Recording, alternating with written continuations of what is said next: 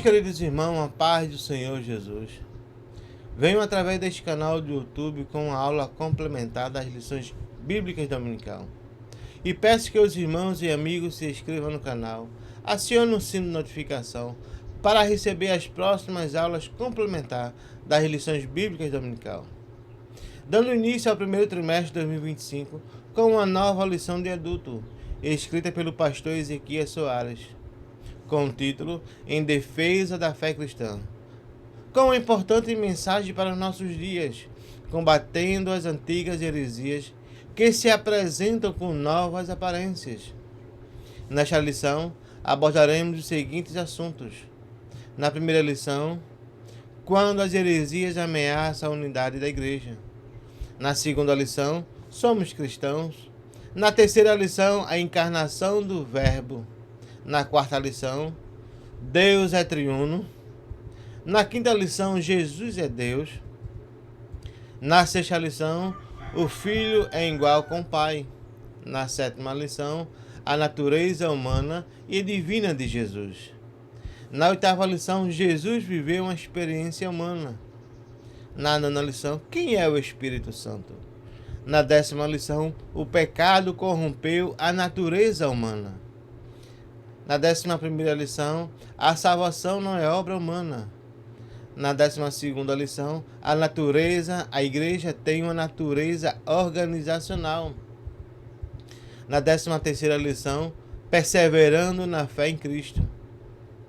No dia 5 de janeiro de 2025, estaremos dando início à primeira lição, com o título Quando as heresias ameaçam a unidade da igreja. O nosso textuário se encontra em Judas, capítulo 3, que diz: Amados, quando eu empenhava para escrever-lhe a respeito da salvação que temos em comum, senti que era necessário corresponder-me com vocês para exortá-los a lutar pela fé que uma vez por todas foi entregue aos santos. A verdade prática da lição nos traz uma importante mensagem. Heresias são crenças e práticas contrárias ao pensamento bíblico, que distorce os pontos principais da doutrina bíblica. A lição nos apresenta 3 objetivos para que possamos compreender, entender melhor a importância da mensagem de defender a nossa fé cristã. O primeiro objetivo nos diz que nos ensina a identificar os hereges, a identificar as ameaças hereges que assolam a Igreja de Cristo nos últimos dias. No segundo objetivo, nos apresenta os conceitos da apologética cristã. No terceiro objetivo, define o que são heresias. A leitura bíblica em classe está em 3 livros: Atos, capítulo 20, versículo 28 a 31, 1 Pedro, capítulo 3, versículo 15 e 16, e 2 Pedro, capítulo 2, versículo de 1 a 3. Quando estudamos o Novo Testamento, percebemos que há um combate a essas heresias, que ocupam um terço do Novo Testamento. Tanto o Senhor Jesus como seus apóstolos combatiam incansavelmente contra essas heresias e pensamentos pagãos de seu tempo. Os escritos do Novo Testamento nos mostram essa luta contra as falsas doutrinas. O livro de Judas, no versículo 3, nos mostra que a sua intenção era escrever sobre a salvação comum que sentíamos, mas em vez disso, ele sentiu a necessidade pelo Espírito Santo a nos capacitar pela palavra, a lutar pela nossa fé. A epístola de Judas foi escrita para os cristãos fiéis, aos chamados, santificados por Deus e perseverados por Jesus Cristo. Os discípulos tinham como objetivo incentivar os eleitores a batalhar pela fé contra os mestres ímpios que estavam promovendo falsos ensinamentos e comportamentos imorais, que nos dias de hoje não é diferente. Nos capítulos do livro de 2 Coríntios, Gálatas, Colossenses e 1 e 2 de Pedro, né? Na epístola 1 e 2 de Pedro, e Atos também, são muito importantes e essencialmente uma disputa contra essas heresias para a preservação da natureza do Evangelho de Jesus Cristo. A palavra-chave desta lição é heresias. A palavra heresias tem origem no grego, aireses, que significa escolha, partido tomado ou ato de pegar. No contexto religioso, heresias é uma linha de pensamento que se opõe ou difere de um credo ou sistema de uma ou mais religiões. A palavra heresias também pode ser usada no sentido figurado, para se referir a uma opinião ou doutrina que se opõe às ideias recebidas. No primeiro ponto da lição, estudaremos o seguinte ponto: as ameaças dos lobos vorazes. O livro de Atos relata a terceira viagem do apóstolo Paulo, com o propósito de formar obreiros para a seara do Senhor, no serviço da educação cristã. Depois de um tempo, teve de deixar a cidade de Éfeso e foi para a Macedônia. A gente encontramos lá em Atos capítulo 20, versículo 1. Pois a sua vida estava em perigo por causa do Evangelho. Atos capítulo 20, versículo 17. Quando o apóstolo retorna, convocou uma reunião com todos os presbíteros da igreja, pois ele desejava se encontrar com seus discípulos, que agora eram os presbíteros da igreja, para transmitir um aviso solene, um aviso muito importante contra os falsos doutrinadores e esclarecer os perigos das heresias. A mensagem de Atos 20 foi dirigida aos presbíteros da igreja de Éfeso. E a mesma mensagem continua valendo nos dias de hoje para todos os servos de Deus que o adoram. Nessa passagem, eles foram constituídos pelo Espírito Santo para apacentar a igreja de Deus. Qual a função primordial do pastor? É alimentar, é guiar, proteger o rebanho. Esse pastor, irmão, é eu e você, pois Deus nos constituiu pastor da nossa família. A gente encontramos isso lá em Lucas capítulo 15, versículo 4 e 6. E esse trabalho é para eu e você fazer pela nossa família. E quando Deus quer, Ele pode chamar você para guiar o seu povo, assim como fez com Davi, para proteger das heresias, cuidar com integridade de coração.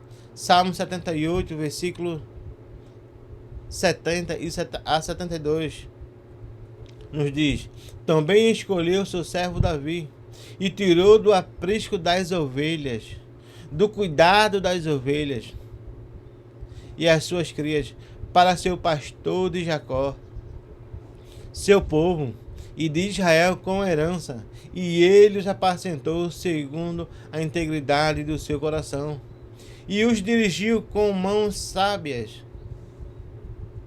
com a orientação do Senhor. No Evangelho de Jesus, escrito por Mateus, capítulo 7, versículo 15 a 20, Jesus ensina a identificar os falsos profetas e não cair nas mãos de quem se apresenta como santo. Jesus compara as pessoas às árvores frutíferas, dizendo que as boas produzem bons frutos e as más produzem frutos maus. Ele também diz que as árvores que não produzem bons frutos serão cortadas e lançadas no fogo. Jesus dá exemplo específico para ilustrar o seu ponto de vista, como videiras e figueiras. Ele também diz que não se esperaria colher frutos de um campo de cardos ou arbustos espinhosos.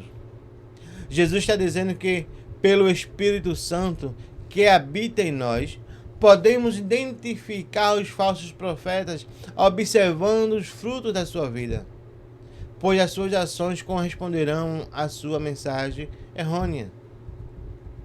Em Atos capítulo 20, versículo 30, nos mostra onde os lobos vorazes haveriam de surgir. Dentro da própria igreja. Por isso, meus irmãos, precisamos estar atentos. Eles ousam questionar a doutrina e certos pontos doutrinários, até mesmo nos nossos púlpitos. Mas a Bíblia Sagrada e a nossa declaração de fé das Assembleias de Deus no Brasil serve como proteção contra as falsas doutrinas e contribui para a unidade do pensamento doutrinário da igreja, para que podemos falar a mesma coisa. A nossa Bíblia, 1 Coríntios capítulo 1, versículo 10, que nos diz: Irmãos, pelo nome de nosso Senhor Jesus Cristo, peço-lhe que todos estejam de acordo naquilo que falam e que não haja divisões entre vocês. Pelo contrário, que vocês sejam unidos no mesmo modo de pensar e no mesmo propósito. É necessário que cada um de nós tenhamos um conhecimento sólido e profundo da nossa fé e de expor nossas crenças à luz da Bíblia, porque o objetivo com a apologética é equipar o povo de Deus com argumentos bíblicos para que cada um possa defender a sua fé e ajudar os irmãos, principalmente os novos convertidos, na compreensão da palavra de Deus. No segundo ponto da lição, estudaremos o que é apologética. O termo provém do substantivo grego apologia, que significa defesa, resposta, que aparece 8 vezes no Novo Testamento. Filipenses capítulo 1, versículo 15 e 16, que diz: É verdade que alguns proclamam Cristo por inveja e rivalidade, mas outros o fazem de boa vontade. Este o que fazem por amor, sabendo que estou incumbindo da defesa do Evangelho. Atos capítulo 2, versículo 42 nos diz: Não vos deixei levar pelos erros dos homens, mas perseverai na doutrina dos apóstolos. Ao estudar a palavra de Deus, irmãos, vemos que os cristãos no tempo de Paulo enfrentaram os movimentos que ameaçavam os fundamentos do cristianismo. E essas ameaças vinham de grupos religiosos sectários e dos críticos intelectuais, judeus e pagãos, tanto no campo doutrinário, como também os cristãos. Quanto aos ataques aos cristãos, o apóstolo Pedro nos ensina a defender o Evangelho com essas palavras. Abra sua Bíblia. 1 Pedro capítulo 3, versículo 15. Peço, pelo contrário, santifiquem a Cristo como Senhor no seu coração, estando sempre preparados para responder a todo aquele que pedir a razão da esperança que vocês têm, para que possamos estar preparados para responder. E como podemos nos preparar? É escutando, é estudando a palavra de Deus, é lendo a palavra do Senhor. É através da leitura, através do estudo da palavra que nos preparamos. Estaremos aptos a responder a respeito da nossa esperança que temos. A apologética cristã é a defesa da fé cristã diante dos ataques de ateus, críticos que têm críticos da pretensão da ciência, pois a verdadeira ciência não contradiz a Bíblia. O mesmo diga-se das histórias e da ética das outras religiões e teologias. Ao estudarmos, percebemos 4 funções da apologética, que irá nos ajudar a nos preparar, a ficarmos preparados, a ficarmos aptos a defender. Primeiro, defender a fé cristã dos grupos heterodoxos e heresias. Segundo, refutar os erros que se opõem aos ensinos bíblicos. Terceiro, persuadir os contradizentes para que eles se convertam ao Evangelho. E quarto, vindicar a aceitabilidade do cristianismo pelas autoridades do mundo. Essas quatro funções da apologética trata-se de uma defesa com argumentos e fundamentação bíblica, respondendo às objeções contra a fé cristã. Pois só assim estaremos aptos a defender, estaremos alicerçados na palavra, teremos argumentos bíblicos para quando a gente possamos defender a nossa fé cristã, não vir com palavras, ficar perdido, mas temos a certeza, temos a convicção que o Senhor Jesus Cristo é o caminho, a verdade e a vida. Porque sem Ele, que seríamos de nós? E precisamos ter fé, precisamos estar preparados, pois o centro desse debate é Deus, seu Filho Jesus Cristo e a Bíblia. E essas respostas, segundo o apóstolo Pedro, devem ser com mansidão e temor. Lá na primeira epístola de Pedro, capítulo 3, versículo 16, nos diz: mas façam isso com mansidão e temor, com boa ciência, de modo que naquilo em que falam mal de vocês, fiquem envergonhados. E esses que difamam a boa conduta que vocês têm em Cristo Jesus. No terceiro ponto da lição estudaremos o que são heresias. O Novo Testamento grego usa só um termo para seitas e heresias. É a palavra aireses. A palavra seita no grego significa escolha ou partido. No Novo Testamento, seitas eram grupos dentro do judaísmo com crenças e práticas distintas. Atos capítulo 5, versículo 17 e capítulo 15, versículo 5. As palavras de heresias também significam desvio ou separação. No contexto cristão, heresia se refere a doutrinas contrárias aos ensinos de Cristo e de todos os apóstolos. 1 Coríntios capítulo 11, versículo 19, nos diz: e é até necessário que haja partido entre vocês, para que também os aprovados se tornem conhecidos entre vocês. Os aprovados, o que são esses aprovados, irmão? Os aprovados são aqueles que estudam a palavra de Deus, vivem de forma diferente, mesmo no meio da igreja, porque tem muitos que estão ali, né, com falsos ensinamentos, mas os aprovados não. Os aprovados são aqueles que guardaram a palavra no seu coração, que seguem a palavra e têm a convicção de que Jesus Cristo é o caminho, a verdade e a vida. Porque sem Ele não podemos chegar a Deus. Esses aprovados devem permanecer. Eles fazem a diferença, eles são a diferença.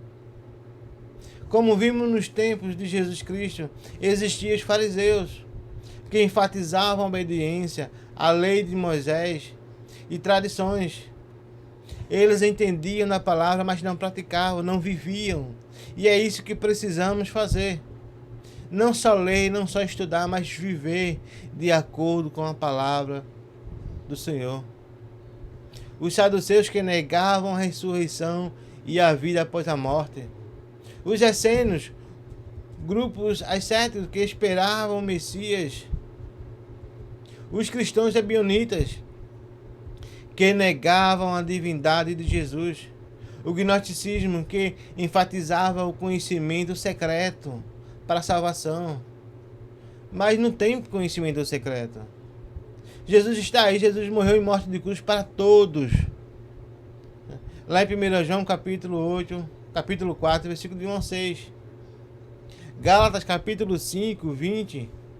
Paulo advertiu para que não houvesse no seio da igreja essas divisões, aireses, e condenou as inovações doutrinárias que viessem a dividir a igreja, O apóstolo Paulo chama de hereges os que teimavam em seguir seus próprios pensamentos, contrariando os princípios básicos da fé cristã. E essas pessoas, o apóstolo recomenda, depois de 2 admoestações, a evitar tais heréticos. Lá em Tito, capítulo 3, versículo 10. É verdade que o cristianismo foi chamado de seita, mas por pessoas que estavam do lado de fora e por pessoas que não conheciam a verdadeira natureza da fé cristã e que se opunham ao Evangelho de Cristo. Atos capítulo 24, versículo 25 e 14. Capítulo 28, versículo 22. Os adeptos das seitas estão no contexto de Mateus capítulo 28 e versículo 19.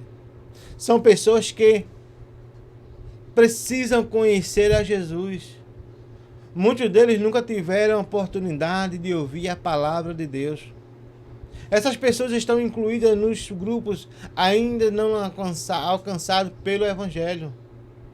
A evangelização deles constitui-se um grande desafio para a Igreja de Cristo.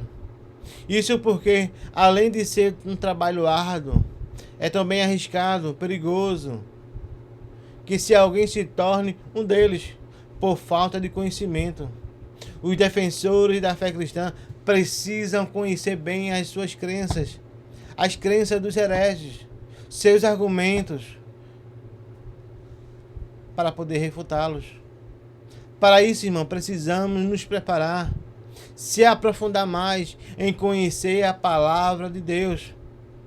Porque através do estudo da palavra, para que possamos conhecer mais a Deus. E quanto mais buscamos as coisas de Deus, mais temos intimidade com Deus. E quem busca mais a presença de Deus, Ele nos fortalece para resistir às investidas e falsas doutrinas e heresias que nos atacam. Irmãos, abra sua Bíblia no capítulo 2 de Timóteo, em 2 Timóteo, capítulo 2, versículo de 1 a 13. Que nos diz: quanto a você, meu filho, fortifique-se na graça que há em Cristo Jesus. Precisamos nos fortificar, precisamos buscar a palavra do Senhor, estudar, porque só através de Jesus Cristo que seremos fortificados. Só assim, o que você ouviu de mim na presença de muitas testemunhas, isso mesmo, transmita a homens fiéis, idôneos, para instruir a outros. Participe dos meus sofrimentos como um bom soldado de Cristo Jesus. Porque nenhum soldado em serviço se envolve em negócio desta vida. Porque o seu objetivo é agradar aquele que o recrutou.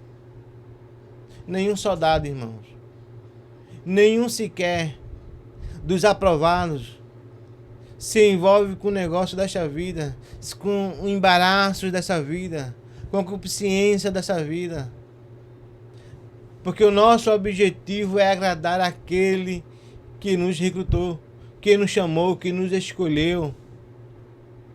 Igualmente o atleta não é coroado se não competir segundo as regras. O lavrador que trabalha deve ser o primeiro a participar dos frutos. Pense bem no que acabo de dizer, porque o Senhor dará a você a compreensão em todas as coisas.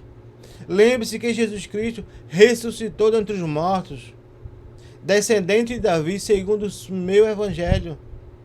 É por ele que estou sofrendo até algemas, como malfeitor, mas a palavra de Deus não está algemada.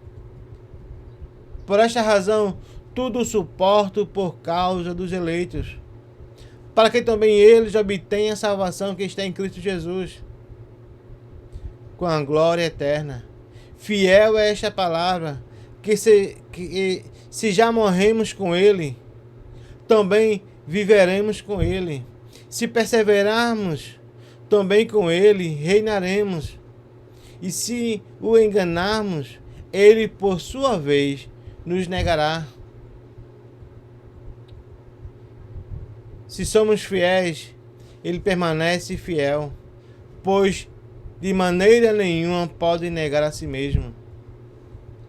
Aqui Paulo, a gente percebemos que Paulo ele exorta, ele ensina a Timóteo a perseverar, a buscar, a se fortificar na graça de que é em Cristo Jesus. E que nós, cada um de nós, também podemos buscar essa fortificação, a estarmos preparados. Nesta lição concluímos que os apóstolos responderam aos objetivos da fé cristã e lançaram com a base da nossa teologia. Todos os escritos do Novo Testamento mostram essa luta acirrada contra as falsas doutrinas. É, pois, tarefa da igreja atual batalhar pela fé que uma vez foi dada aos santos. Finalizando com as seguintes perguntas para reflexão. Estamos a fazer pela verdade o que esses agentes das heresias fazem pela mentira? Meus irmãos, eu agradeço ao Senhor Jesus Cristo por essa oportunidade de estarmos nesta aula complementar que tivemos e que possamos no domingo ir para a escola dominical aprender mais a palavra de Deus, para que possamos sair fortificados na palavra, para que possamos sair alicerçados mais na palavra de Deus. Eu agradeço a todos e peço aos irmãos que divulguem essa aula complementar, se inscrevendo e acionando o sino de notificação para que possam receber a notificação de novas aulas complementares das lições bíblicas dominical. Amém.